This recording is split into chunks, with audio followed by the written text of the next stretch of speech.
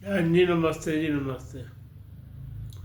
मैं भारत की न्यूज़ से हर्षवर्धन फिर से आपका स्वागत करता हूँ। मैं भारत की न्यूज़ से हर्षवर्धन फिर से आपका स्वागत करता हूँ। साथ में अपने सैनिक भाइयों को राम राम कहता हूँ, जो हमारी रक्षा में दिन रात एक किए हुए हैं भाई।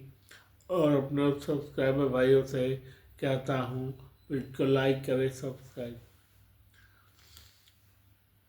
भैया मेरा जो है आज जुकाम लगा हुआ है, उसके लिए I am very sorry, very sorry. पर 15-20 मिनट का ब्लॉग बनाए बगैर दिल मानता नहीं, दिल मानता नहीं है भाई। अब ऐसी आदत पड़ गई है तुम्हारी। खैर, अब जो ईरान और इजराइल में चल रहा है और अमेरिका में चल रहा है, क्या चल रहा है, क्या ताज़ी अपडेट है? ये जो हार्मोन्स का स्टेट है, ये भी ईरान ने खोल दिया है, सिर्फ 2 देशों के लिए। सिर्फ उनके जहाज ही निकल सकते हैं, एक इंडिया एक चाइना, बस। बाकी सब कुछ बंद है फिलहाल। तो आज भी इंडिया के 2 और जहाज निकले हैं। आज ही 2 और जहाज निकले हैं इंडिया के, और 2-3 उसके चाइना के भी निकले हैं भाई। ये निकला है। अब भारत के 4 जहाज तो हो गए। स्टेट ऑफ हार्मोन्स को उन्होंने बंद नहीं किया, सिर्फ ये कहकर छोड़ रहा है डेंजरस है, बहुत ज़्यादा डेंजरस है। पर अब क्या करेंगे? इन जहाज़ों के जाने के बाद वो क्या कर रहे हैं भाई? थक तो दोनों चुके हैं भाई, अभी से ही। इजराइल भी थक चुका है, ईरान भी थक चुका है, थक चुके हैं बहुत ज़्यादा। उनमें कोई भी ऐसी बची नहीं कि कहाँ बम मारेंगे मिडिल ईस्ट में, सऊदी में, ओमान में, यमन में, यूएई में, ये मारेंगे ना। उनके किसी नुकसान तो नहीं पहुँचा रहे ज़्यादा। कोई एक आधी मिसाइल जाती है इसराइल की तरफ, एक दो भाई, वो जो नुकसान पहुँचाती हैं तो वही होता है, बाकी कुछ नहीं। उसमें भी इजराइल ने कह दिया है कि जो उसके थार लगे हुए हैं, जो उसके वो लगे हुए हैं, क्या कहते हैं, थार कहते हैं ना जिसको रोकता है, तो एक मिसाइल वो रोक लेता है, एक मिसाइल नहीं रोक पाती है उनसे भाई।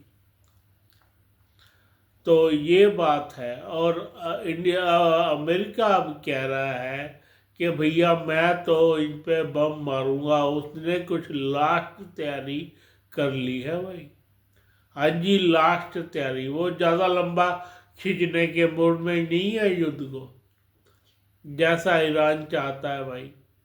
वो ये चाहता है कि बंद हो जाए, इसलिए उसने वहाँ के मैरीन कमांडो उतारे हैं, उतारने की सोची है भाई। हाँ जी, मैरीन कमांडो उतारने की सोची है भाई। वो मैरीन कमांडो क्या करेंगे?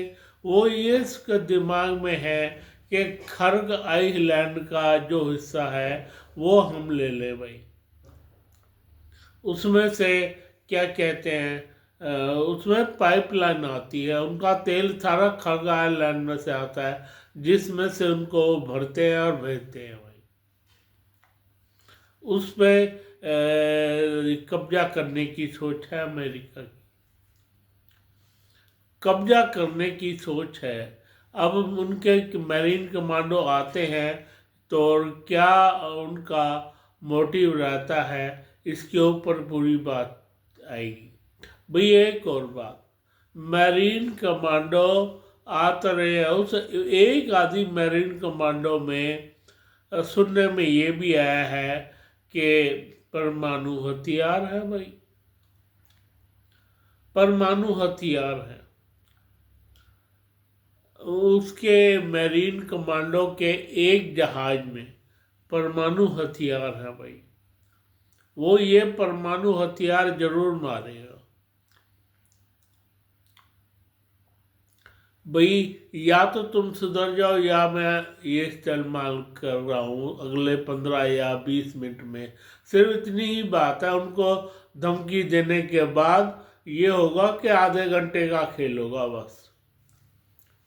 हाँ जी, बिल्कुल आधे घंटे का खेल होगा परमाणु हथियारों का। यदि तुम नहीं रुके तो हम ये काम कर देंगे भाई। अब क्या, जब परमाणु बम की धमकी ट्रंप ने दे ही दी है, और क्या वो नहीं चाहते? वैसे कौन चाहता है किसी देश में परमाणु बम गिरे? हम तो दुश्मन का भी कह देते हैं छोड़ो यार, जाने दो, छोड़ो जाने दो। जैसे नरेंद्र मोदी ने किया ना वहाँ की ऑपरेशन सिंदूर में जीतने के बावजूद भी चुपचाप अपनी सेनाएं वापस बुला ली भाई।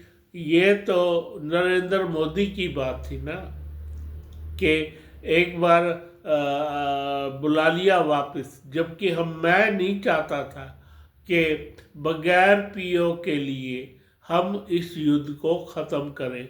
मेरी तो एक पर्सनल सोच थी भाई। हाँ जी, पर्सनल सोच थी कि मैं नहीं चाहता था कि भाई मैं ये चाहता था पीओ के ले और चुपचाप वापस आ जाए। अपना पीओ के अपने पास है, 2-3 दिन 4 दिन के अंदर ही इसका फैसला हो जाता, उनके पास कुछ नहीं था। पर फिर भी नरेंद्र मोदी ने अपनी सेनाएं वापस बुला ली। अब राम जाने कब होगा ऑपरेशन सिंदूर, कब क्या होगा, ये तो नरेंद्र मोदी ही जाने। पर खड़ग आयरलैंड को भैया चिमटे की तरह वो अपने साथ रखना चाहता है अमेरिका। खड़ग आयरलैंड में उसकी सारी प्लांट से क्या आती है, पाइपें आती हैं। उन पाइपों के थ्रू ही वो जहाज़ों में भरता है भाई। ये होता है खड़ग आयरलैंड में। तो उन्होंने साफ कहा है, अगर तुमने उल्टी सीधी एक भी हरकत की तो तुम्हें छोड़ा नहीं जाएगा भाई। अब कुछ अंतिम क्षण आ गए हैं इस युद्ध में, कुछ अंतिम क्षण आ गए हैं, बिल्कुल अंतिम क्षण आ गए हैं। और अपनी तरफ से तो अमेरिका यह तैयारी कर रहा है, एंड में जो कुछ करना है वो करना है। और एक बात और, अमेरिकन कभी हार नहीं मानते, हार नहीं मानते कभी भी।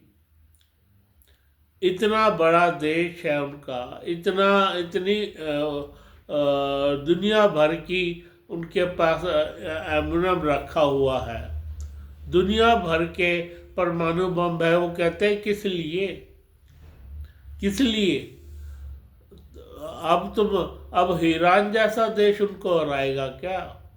बताओ आप। ईरान जैसा देश हरा सकता है उनको? कभी भी नहीं। मैं मानता ही नहीं। मैं के दूर दूर तक सपने में नहीं है। हाँ, ये हो सकता है नुकसान ज़्यादा हो, ये मान ली बात भाई, नुकसान उनका ज़्यादा हो, ये इसमें कोई दो राय नहीं है, नुकसान उनका होगा। पर वो उन लोगों ने परमाणु बम ईरान के ऊपर मारने की सोच ली है भाई। जितना भी, अब आप बताओ, इन इतने देशों में बम मारे, किसी और देश ने बम मारा इन पे?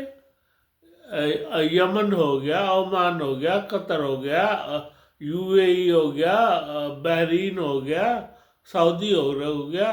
6-7 देशों ने तो उन पर बमबारी की नहीं, हरामजादे मार ले तो खुद मार ले, क्या करेगा मार के, हम फिर से बना लेंगे भाई, इतना जरूर है। पर कब तक, कब तक? तुम इन पर अगर बम मारोगे ना ईरानियों, ये उतना ही बदला तुमसे लेंगे। अब ये बदला तो खत्म है, तुम्हारी टीम तो खत्म है, आने नहीं देते। ये तो बट नेचुरल है, बट नेचुरल है कि तुम्हारी रिजीम नहीं आती अब दोबारा। तो जितनी मर्जी कोशिश कर लो, तुम्हारी रिजीम को अब तो इसने बदलना ही बदलना है।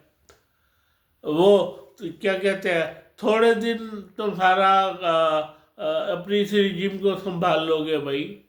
अपनी इस रिजीम से मान लो आज की डेट में अगर अमेरिका चला जाता है युद्ध छोड़ के, तुम खुश हो जाओगे?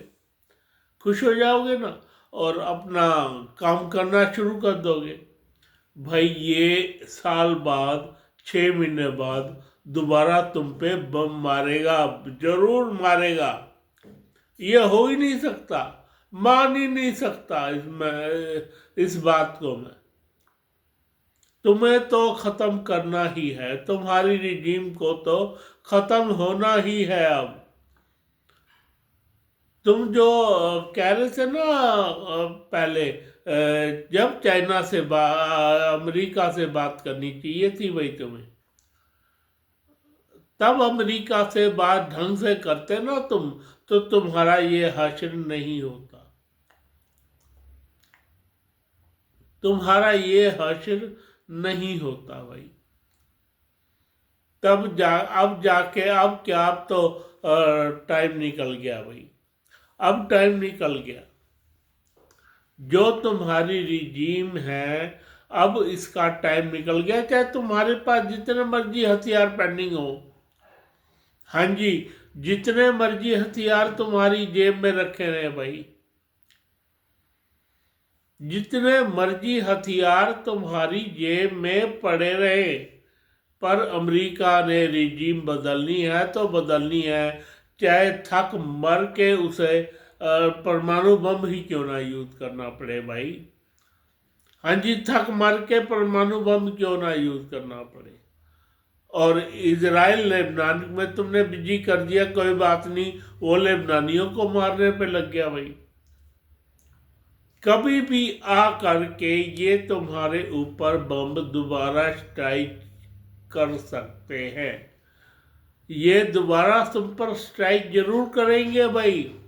इजराइली की मोसाद हो गई या तो अमेरिका हो गया। और सुनो, इजराइल अगर चला भी जाता है ना अमेरिका बम मारे बगैर, उसके बाद तुरंत प्रभाव से मोसाद एक्टिव हो जाएगा। मोसाद एक्टिव हो जाएगा और वो वैसे नहीं छोड़ेगा। अब इजराइल तुम्हें छोड़ ही नहीं सकता भाई, किसी कीमत पर नहीं छोड़ेगा, मैं मानता ही नहीं। मोसाद एक्टिव हो जाएगा और वो तुरंत तुम्हारे को वैसे ही निपटा देगा घर घर में। चाहे आप इजराइल को जितना मर्जी नुकसान पहुंचा लें, ये काम होना है तो होना है। उन्होंने ये बम मारा है ना, इजराइलियों ने सोच के ही मारा है, सोच के ही तुम्हारी आधी रिजीम को निपटाया है भाई। आधे तुम्हारे रिजीम को निपटा दिए, जिसमें तुम्हारे पहले दिन 50-60 लोग चले गए थे। वो 50 लोग कहते हैं, मैं 100 कहता हूँ। उसके बाद तुम्हारी बमबारी शुरू हुई है, उसके बाद तुम्हारे राष्ट्रपति ने खेल शुरू किया है भाई। ना जाने क्या बात है अभी तक जो तुम चालू नहीं हुए, उनके अनुसार तुम्हें बनना पड़ेगा या तुम्हारी रिजीम खत्म होगी।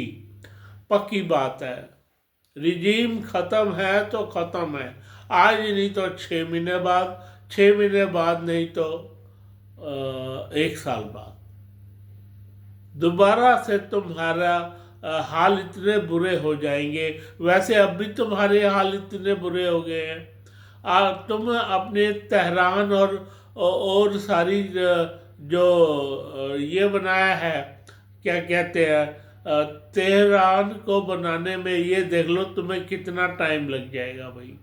वो बम पता खरब आयरलैंड पे क्यों मार रहा अमेरिका, क्यों नहीं मार रहा?